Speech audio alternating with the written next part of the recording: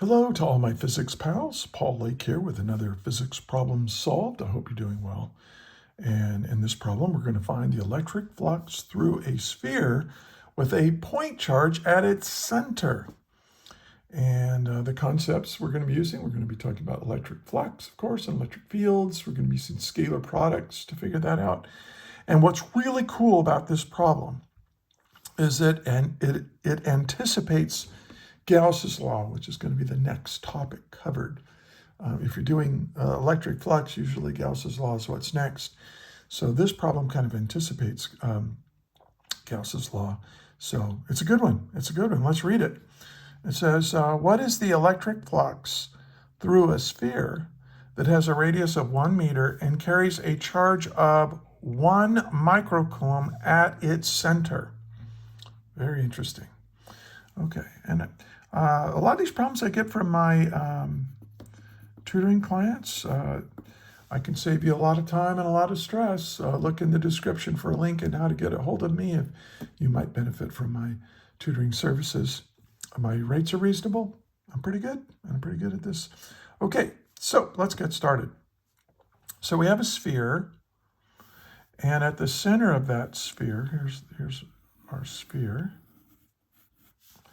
And the sphere has a radius of r. And then at the center, right in here, is a charge, Q. And we can say, R equals 1.00 meters. And we'll say that Q at the center there is equal to positive 1 microcoulomb of charge. And what we're trying to do is we're trying to find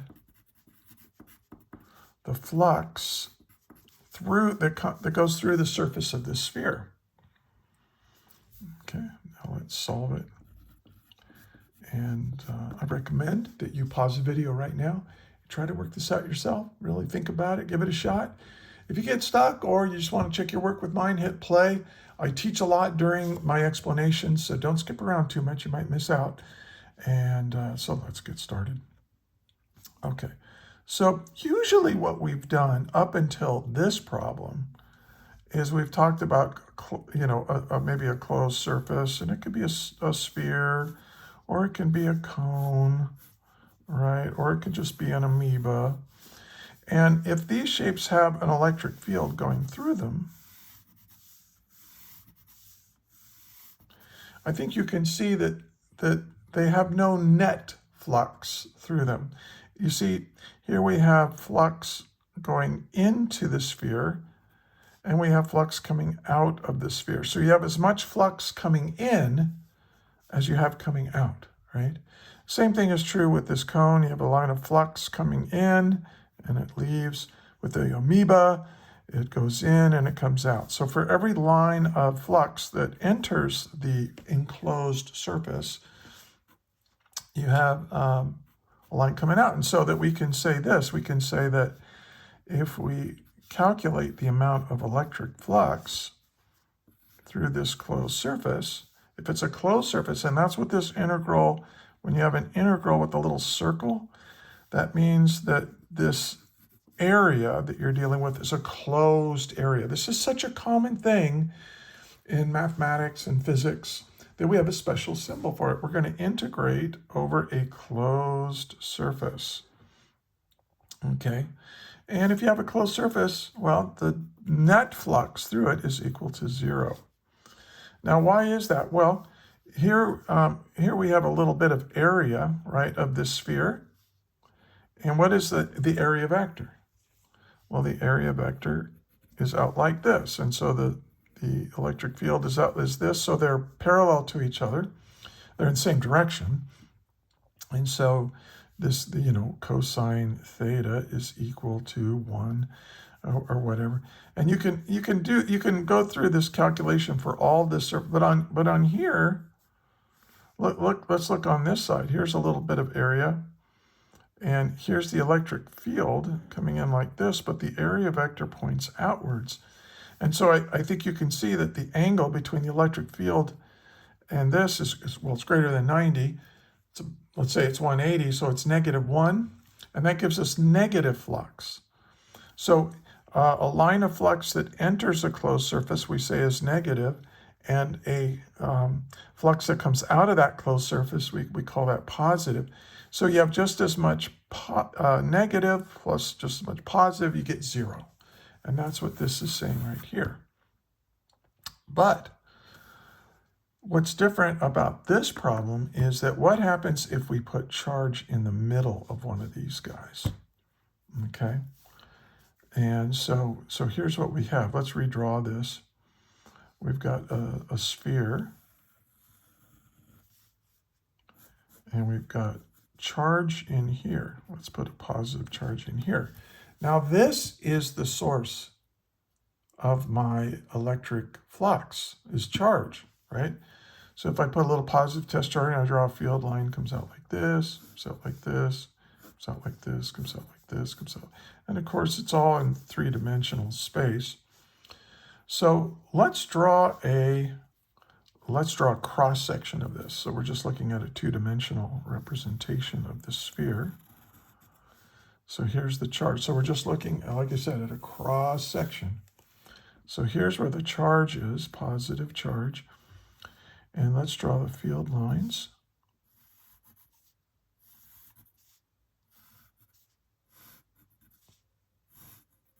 Okay. Now, we have this definition of electric flux is equal to E dot dA. Now, this is a closed surface, so we'll call it a closed surface. But this is really the key part right here is the scalar product between the electric field and the area vector. Well, here's what's key. We have this surface area of our sphere, and the charge is at the center. So what's the electric field right here? Well, the electric field is equal to K times the amount of charge here over the radius squared. Now, the key idea is that this sphere is concentric with that charge. In other words, this radius and this radius and this radius and this radius and this radius, this R, this distance between the charge and our location are all the same. Now, what's the direction? Well, it's R hat, right? If you want to make this a vector, it's R hat. And what does R hat mean? Remember that R hat unit vector just means away from the center, or just away from, but you can call it away from the center. So this electric field is moving away from the center.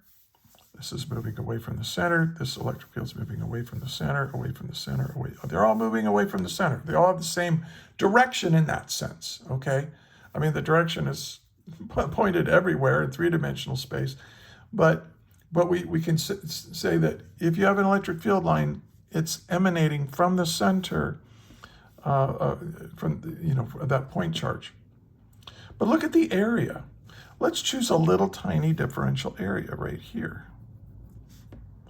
Well, when we have a closed surface, the area vector always points out of the volume enclosed by the area. So there's my area. There's my dA in the R hat direction. Here's a little tiny area. Oh, do you notice that it's also, this little tiny area has a vector that points away from the center. They're both R hats, both for the electric field and the area vector everywhere. Okay, this is really interesting because now what I can do is I can say, hey, the electric field, the magnitude of the electric field is a constant. Okay, so we're going to have, well, you know what? Hold on. I won't skip any steps yet. I'll break this down one at a time. This is in the R hat direction. This is my electric field, and we're going to dot that with the area. Well, this area vector is also in the r hat direction. So we have r hat dot r hat. R hat dot r hat is equal to 1. Any unit vector dotted with itself is always equal to 1. Everywhere where this electric field comes out in the r hat direction, there's the area vector that's in the same direction. Okay. So, so now we can, let me start over down here. But notice that, so r hat dot r hat becomes 1, but notice that this kq over r squared, everything here is a constant. So it comes out of the integral. So we aren't going to have to really integrate. This is kq over r squared times the total area. Okay, well, what if I sum up all the little areas? Well, this is the area of a sphere. So if you look that up, this is kq over r squared over r squared times the area of a sphere. Well, what is the area of a sphere? It's 4 pi r squared. Interesting. Now, notice that the radius cancels out. And we get our answer now of 4 pi k, okay, times q, the amount of charge that's inside here. Now notice something. Notice that the amount of flux doesn't depend on the radius. See how the radius canceled out? R squared. Now does that make sense? Sure, it makes sense, because what if I surround this with a bigger sphere? Well, I have just as many lines of flux coming out of it. How big the sphere is doesn't change how much flux is coming out of that surface. The only thing that matters is how much charge is inside. Okay, so you can figure out how much electric flux is coming out of a closed shape if you know how much charge is inside that surface. Now, it can be shown, by the way, that now the mathematics worked out very nicely here because everything was constant. The electric field was constant at the location of the surface of the sphere everywhere. Well, what if it was off-center? I mean, what if I did this? What if I had a sphere, right, and I put the charge right here? Well, I think you can see that the field lines are going to be much closer together over here, and they're going to be at weird angles, right? But it doesn't matter where the sphere is. I mean, well, let me extend these lines out like this. Okay. What if I put the sphere over here? Well, I have the same number of field lines coming out of the surface of that sphere, no matter where. Now, the math for figuring out how much flux there is a lot harder for this. I don't know how to do that math. Maybe you do if you're much better at math than me. But if you put it at the very center, the mathematics is relatively easy. And so this is our answer right here. Hey, if you found this useful, check out in the description. There are links to lectures and more example problems like this one on all kinds of different topics. They're all linked together. I have about 15 documents for AP Physics C. That's what this is designed for. But if you're in college physics or even AP1, well, this wouldn't work for AP1, but different.